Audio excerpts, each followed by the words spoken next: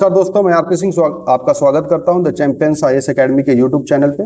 दोस्तों, जैसे जैसे यूपीएससी का एग्जाम करीब आता जा रहा है, हम प्रयास कर रहे हैं कि आपको उन सभी टॉपिक्स से परिचित करा दें, उन सभी टॉपिक्स के बारे में एक आपको इंसाइट डेवलप करा दें जिसके यूपीएससी प्रीलिम्स में आने की संभावनाएं ज़्यादा है। ऐसा ही एक टॉपिक रिसर्च एंड डेवलपमेंट और इनोवेशन से रिलेटेड होता है जो यूपीएससी का कोर टॉपिक रहा है। यूपीएससी पहले भी इसमें से क्वेश्चन फ्रेम करता रहा है। तो हम आज प्रयास करेंगे कि आपको रिसर्च एंड डेवलपमेंट से रिलेटेड दो टॉपिक, जैसे कि एक स्कीम चल रही है आरडीआई स्कीम, और दूसरी जो पेटेंट स्ट्रक्चर ऑफ इंडिया है, उससे उसको आपको बेहतर तरीके से समझाएं, और यदि यूपीएससी में क्वेश्चन प्रीलिम्स में आता है तो आप उसको बेहतर तरीके से हैंडल कर सकें। देखिए, पहला जो हमारा टॉपिक है वो है research development and innovation scheme. ये बेसिकली जुलाई के महीने में यूनियन कैबिनेट ने एक लाख करोड़ का कॉर्पस फंड स्टैब्लिश किया था, जिसका मेन पर्पस था to encourage private sector in research development and innovation.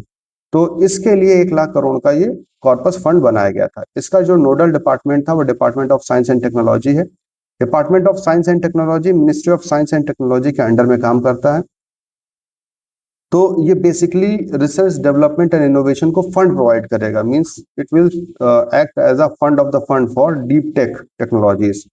यहाँ पे एक ध्यान रखने वाली बात है कि इसका एक अन्य ऑब्जेक्टिव है सनराइज डोमेन सेक्टर को रिसर्च एंड डेवलपमेंट के लिए और मतलब आर&डी के लिए फंड प्रोवाइड करना।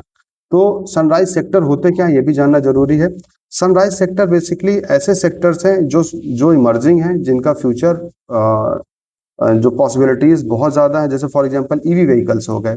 ईवी व्हीकल्स के लिए जैसे आप जान रहे हैं कि भारत सरकार द्वारा फेम टू स्कीम भी लाई गई थी जो इलेक्ट्रिक व्हीकल्स को प्रमोट करने के लिए थी। इसी तरीके से ग्रीन एनर्जी हाइड्रोजन को प्रमोट करने के लिए भी नेशनल ग्रीन हाइड्रोजन मिशन चल रहा है। हेल्थ सेक्टर में फार्मास्यूटिकल्स को जैसे टेलीमेडिसिन हो गए, बायोटेक्नोलॉजी हो गई, जीनोमिक्स हो गई, इस पे भी काम सरकार द्वारा किया जा रहा है। डिजिटल टेक्नोलॉजी में बात कर लेते हैं तो एआई हो गया, ब्लॉकचेन हो गया, क्वांटम कंप्यूटिंग, साइबर सिक्योरिटी, ये सारे ऐसे डोमेन है जिनको सनराइज सेक्टर के हम अंतर्गत ला सकते हैं। स्पेस टेक्नोलॉजी हो गया, जैसे अभी भारत सरकार इन स्पेस करके कमर्शलाइज कर रहा है अपने स्पेस डोमेन को। फिर फूड प्रोसेसिंग एक नया सेक्टर डेवलप हो रहा है जो सनराइज डोमेन में आता है। इसका फंडिंग पैटर्न देख लेते हैं। ये बेसिकली 1 लाख करोड़ का फंड, अभी जैसे मैंने आपको बताया है, ये फंडिंग कैसे देगा। ये देगा long term loans at low और नील इंटरेस्ट रेट पे, मीन्स लॉन्ग टर्म लोन्स दे रहा है। तो इसीलिए ये शॉर्ट टर्म लोन्स को या फिर ग्रांट्स को सपोर्ट नहीं करेगा। ये बेसिकली इसका इम्प्लीमेंटेशन स्ट्रक्चर इस तरीके से बनाया गया है कि ये ANRF अनुसंधान नेशनल रिसर्च फाउंडेशन के अंडर में काम करता है। अब यहाँ देखने वाली बात है कि अनुसंधान नेशनल रिसर्च फाउंडेशन ये क्या है। तो अनुसंधान नेशनल रिसर्च फाउंडेशन 2023 में 2023 में एक एक्ट के माध्यम से स्टैब्लिश किया गया था, और ये हाई लेवल स्ट्रेटेजिक डायरेक्शन देता है देश के साइंटिफिक रिसर्च को, इनोवेशन को किस दिशा में ले जाना है, कैसे उसमें आगे प्रोग्रेस होनी है, इसके लिए ये डायरेक्शन देता है। और सबसे बड़ी बात है, इसको चेयर करते हैं हमारे प्राइम मिनिस्टर साहब। इसके जो वाइस प्रेसिडेंट हैं, vice president ministry of science and technology के जो मंत्री हैं, मिनिस्टर्स हैं, उसके वाइस प्रेसिडेंट होते हैं।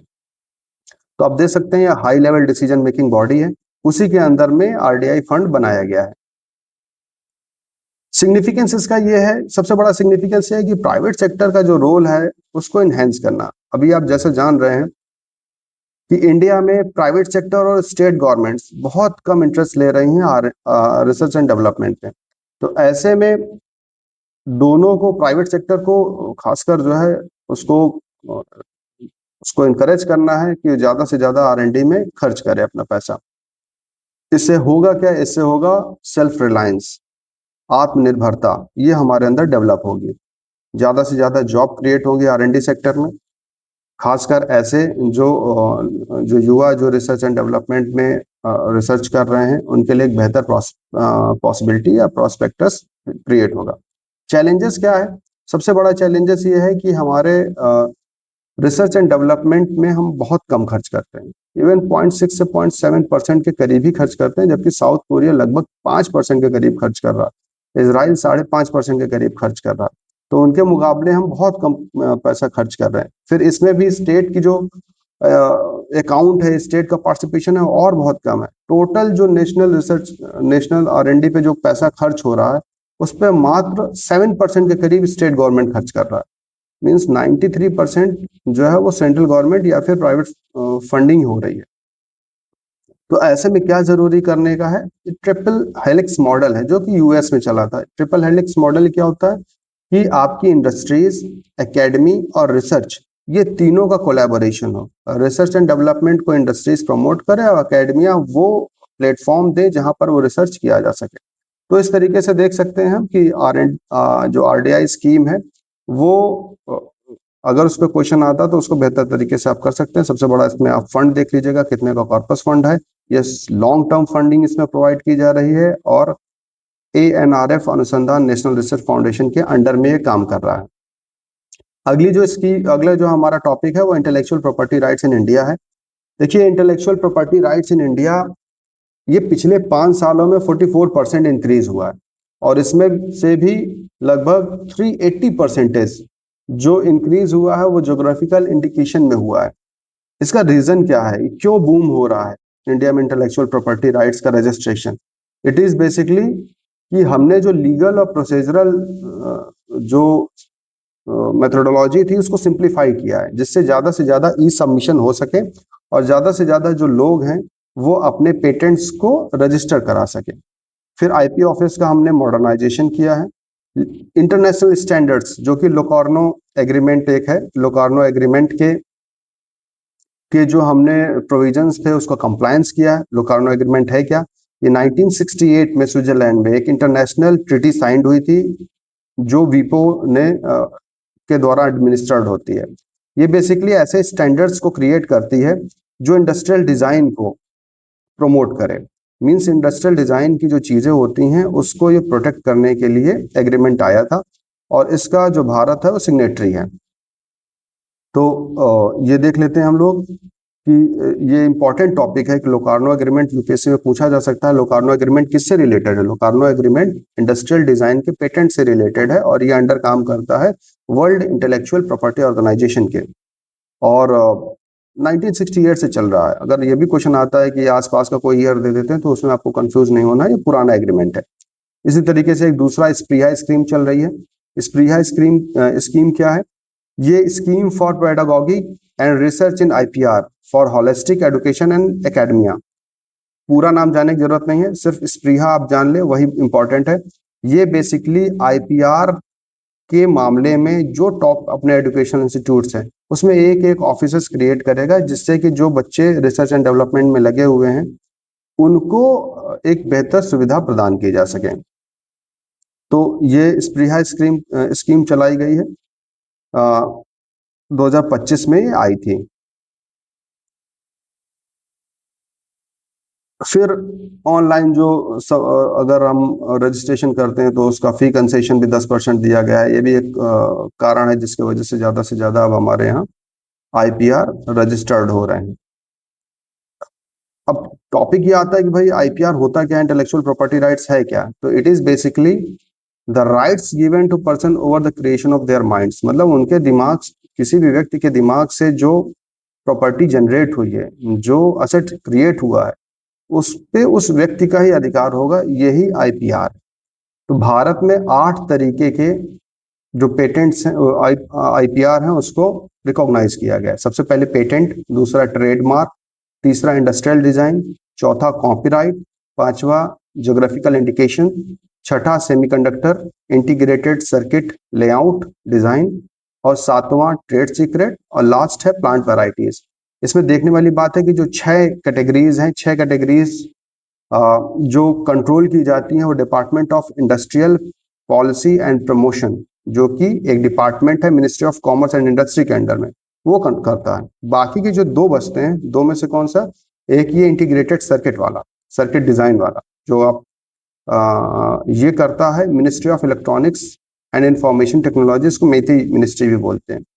और दूसरा एग्रीकल्चर, जो मिनिस्ट्री ऑफ एग्रीकल्चर है वो एडमिनिस्टर करती है एक्ट ऑन प्लांट वैरायटी।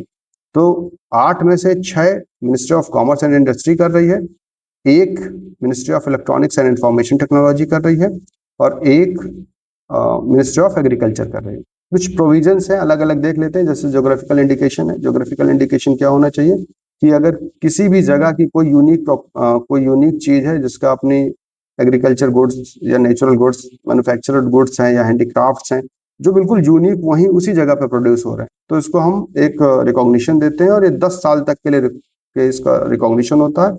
और जैसे जैसे फीस आप पेमेंट करते जाते हो वैसे अगले 10 सालों के लिए फिर ये रिन्यू होता जाता है। डिजाइन क्या होता है, जैसे ऑर्नामेंटल डिजाइन हो गया, किसी चीज का डिजाइन हो गया जो ह्यूमन आई के लिए अलग यूनिक हो, उसको डिजाइन एक्ट के थ्रू हम लोग रजिस्टर करते हैं और ये बेसिकली 10 साल के लिए होता है जिसको 5 साल तक और बढ़ाया जा सकता है। पेटेंट्स क्या होते हैं? पेटेंट्स का मतलब हो गया कि ऐसे जो नए नए डिजाइन, ऐसे ऐसे नए डेवलपमेंट्स जो आप करते हैं, जो आप आप जिसको डिजाइन करते हैं, जो नॉवेल हो, इन्वेंटिव हो, जिनकी इंडस्ट्रियल यूटिलिटी हो, उनको पेटेंट्स के अंदर रखा जाता है और ये 20 साल के लिए होते हैं। कॉपीराइट्स का मतलब हो गया कि artistic, literary, music, audio, visual, ये सब सारी चीजें। तो ऑर्डर के लाइफ टाइम तक तो ये रहता ही है, 60 साल और भी रहता है। प्रोड्यूसर्स के भी 60 साल रहते हैं, परफॉर्मर्स के 50 साल है, मतलब सबसे लंबा अगर कोई राइट अगर किसी में मिल रहा है तो वो कॉपीराइट पे मिलता है। ट्रेडमार्क क्या है, जैसे आपका कोई ब्रांड नेम हो गया, लोगो हो गया, इसके लिए आपको 10 साल तक के मिलते हैं और हर 10 साल बाद जो है इसको प्रमोट करते रहते, रिन्यू करते रहते हैं, जैसे कि आप ज्योग्राफिकल आइडेंटिफिकेशन में देख रहे थे। सेम वैसे ट्रेडमार्क है।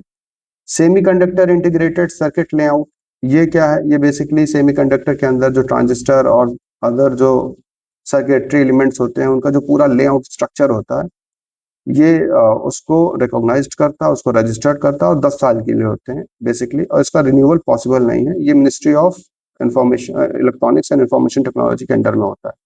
ट्रेड सीक्रेट का मतलब हो गया कि कॉन्फिडेंशियल इंफॉर्मेशन वैल्यूज, जिसका अपना कमर्शियल वैल्यू हो, ये जब तक कॉन्फिडेंशियलिटी बनी रहेगी तब तक इसको सेफ गार्ड किया जाता है। प्लांट वैरायटीज क्या है? ये मिनिस्ट्री ऑफ एग्रीकल्चर के अंडर एडमिनिस्टर्ड होती हैं और 15 से 18 साल तक के बीच में इनको रिकॉग्नाइज किया जाता है। चैलेंजेस क्या है आईपीआर के लिए? सबसे बड़ा चैलेंज है हमारे पास कि लो रिसर्च एंड डेवलपमेंट फंडिंग। हमारे पास पैसा नहीं है रिसर्च एंड डेवलपमेंट पे खर्च करने के लिए। 0.6 to 7% टोटल जीडीपी का हम R&D पे खर्च करते हैं, जबकि अगर दूसरे देश देखते हैं, चाइना 2% खर्च कर रहा है, ब्राजील भी हमसे ज्यादा खर्च कर रहा है। फिर पेटेंट डिस्प्यूट है ओवर एंड एवरग्रीनिंग को लेकर। जैसे फॉर एग्जांपल कई सारी कंपनियां होती हैं, वो थोड़ा थोड़ा चेंजेस करती रहती हैं और उसको बार बार पेटेंट एक्ट के थ्रू रिन्यू कराती रहती हैं।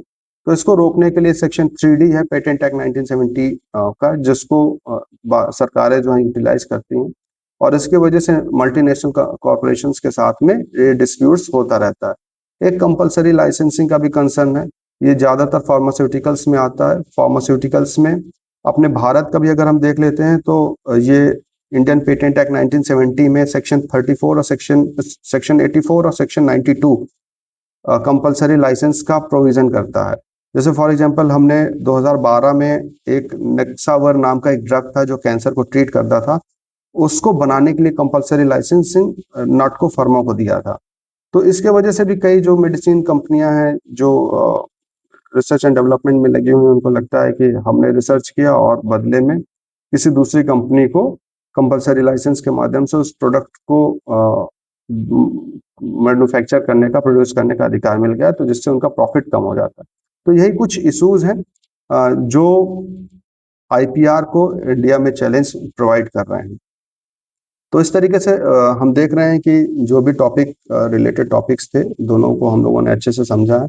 अगर यूपीएससी में इस तरीके का कोई क्वेश्चन आता है जो आईपीआर से संबंधित होगा या फिर जो रिसर्च एंड डेवलपमेंट से संबंधित होगा, खासकर परसेंटेज क्या है, कितना स्पेंडिंग है R&D पे, अनुसंधान रिसर्च फाउंडेशन क्या है, या पेटेंट एक्ट के 8 जो हमारे कंपोनेंट्स है वो क्या है, लोकार्नो एक्ट क्या है, स्प्रीहा स्कीम क्या है, तो आप उसको बेहतर तरीके से कर सकते हैं।